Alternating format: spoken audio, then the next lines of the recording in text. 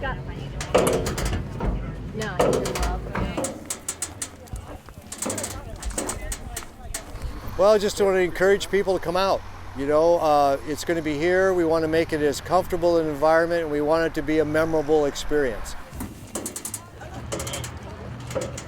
Oh, this is a wonderful thing.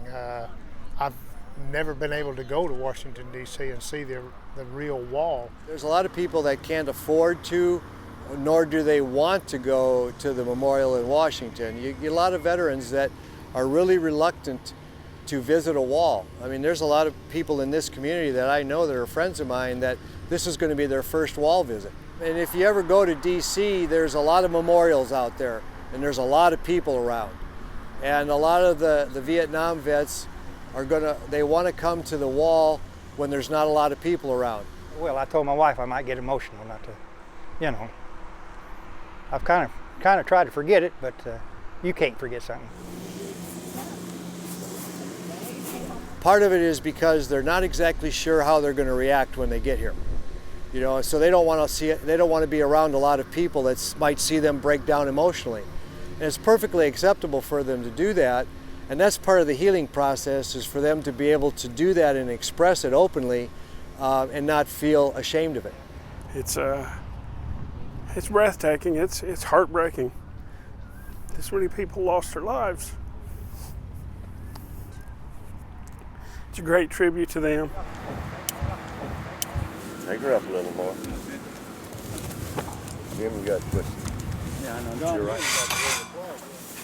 Oh, man, I can't believe. There we go. That is a booger. You're almost there.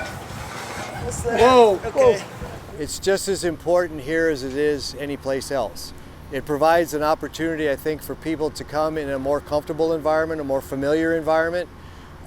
Because it's close by, they can bring friends and family members along with them that they feel comfortable with also. So hopefully it's a more welcoming environment than it would be to travel by yourself to go to the wall in Washington, D.C. Well, I think we're going back down City. Y'all have a blessed day. You from around here? Yeah, stay in Carbondale. Oh, do you? Okay. I have some friends on this wall. It's a couple names that I'm looking for that just kind of haunts me, you know. If I have to go through the whole row, I'm gonna find them, you know what I'm saying? And it's a lot of innocent children on this wall right here. I met a lot of guys, 17, 18, guys that was patriotic to this country. And you don't find that kind of patriotism in the country nowadays that's on this wall, because these guys fought for a cause. I knew it would bring back memories and kind of remember the guys that got killed over there. Not here anymore with us. Shame, you know. That these are lives that was given for a cause and was given for this country, even though many was disrespected after the war. A lot of good men on this wall, and I hate to say this, but it was for naught, and that's the sad part about it. It was all for naught.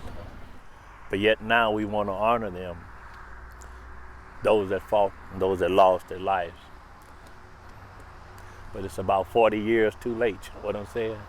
I have some memories, a lot of plans that was made that never came to be, you know what I'm saying? It's just, people just don't love they just don't have the love for the country that a lot of these guys had for it. You know, a lot of them lied about their age just so they could fight for the United States. Some of these generations, the later generations since the Vietnam War, they've lost track of it. It's not really covered very well in American history or in social studies. Has meaning to me, even if it don't have meaning to a lot of other people.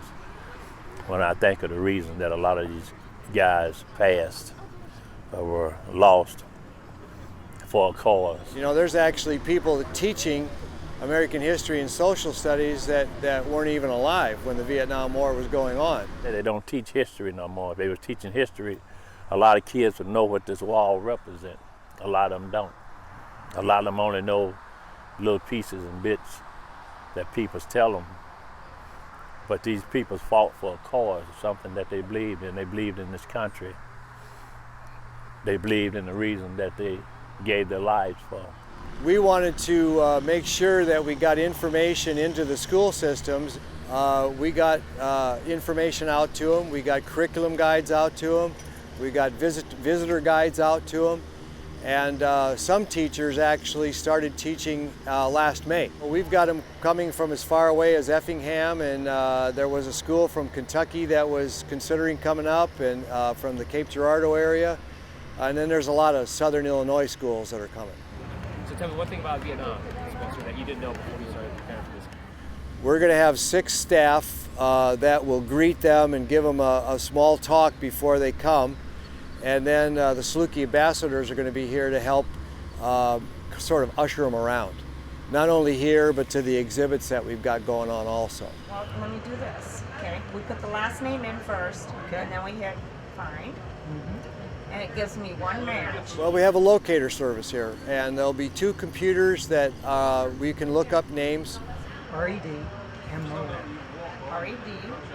Well, we did the R-E-D-M-O-N. And then we'll have a 3rd computer that we can use web resources because we have Wi-Fi on site. And then there's also a hardbound book. So example, if somebody walked up to me and they had a name, then we could go to that database, then we could tell them exactly what panel and what line that name is on. And then they can come here and locate that name. Yeah, they're all the way down there. All right, dude. Now we also have rubbing sheets like they do at the memorial in Washington. Right here, got it. Where someone can bring a sheet of paper and a pencil over here, lay it up on the wall, and actually do a rubbing. Got it. And then they can take that away as a memento. That's Philip Overturf from West Frankfort, Illinois. I'm a friend of his brother's, Jeff. It's been in the area before. I didn't get a chance to make it, and I brought my family down today. At the time, it wasn't bad for me. Other guys had hell. So it was like being suspended in time. You know, I come back to this country, it was a whole lot of changes. Yeah, it's been rough. It took me a long time to come to grip with the rejection that I had to deal with when I come back home. You know what I'm saying? But just like I said, thank God for Jesus. It's just for them to see this many names here and see how many lives was lost. There's power in this wall that even though it's an inanimate object, there's power in the wall. That's why you see people staring at it, leaning against it, leaving mementos, because there's an attraction to it. It means something to a lot of people.